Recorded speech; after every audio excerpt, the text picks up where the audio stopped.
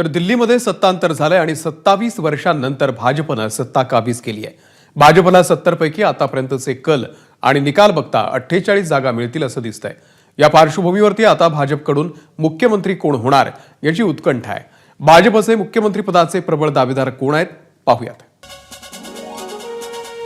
तर एक मोठा विजय मिळवल्यानंतर दिल्लीमध्ये भाजपचे मुख्यमंत्री पदाचे दावेदार आहेत परवेश वर्मा, माजी मुख्यमंत्र्यांचे पुत्र आहेत। यांनी अरविंद केजरीवाल यांचा पराभव केलाय। दुसरीकडे वीरेंद्र सचदेवा भाजपचे दिल्लीचे प्रदेशाध्यक्ष आहेत।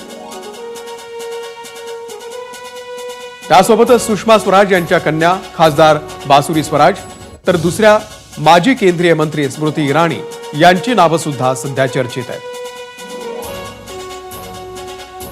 भाजपचे राष्ट्रीय सचिव दुष्यंत गौतम आणि पूर्वांचली मतदारांचे नेते मनोज तिवारी यांचंही नाव मुख्यमंत्री पदाच्या या शर्यतीमध्ये घेतलं जात आहे।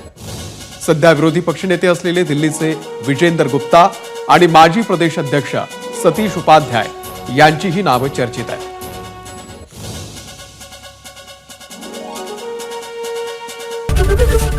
एबीपी माझा, उघडा डोळे बघा नीट।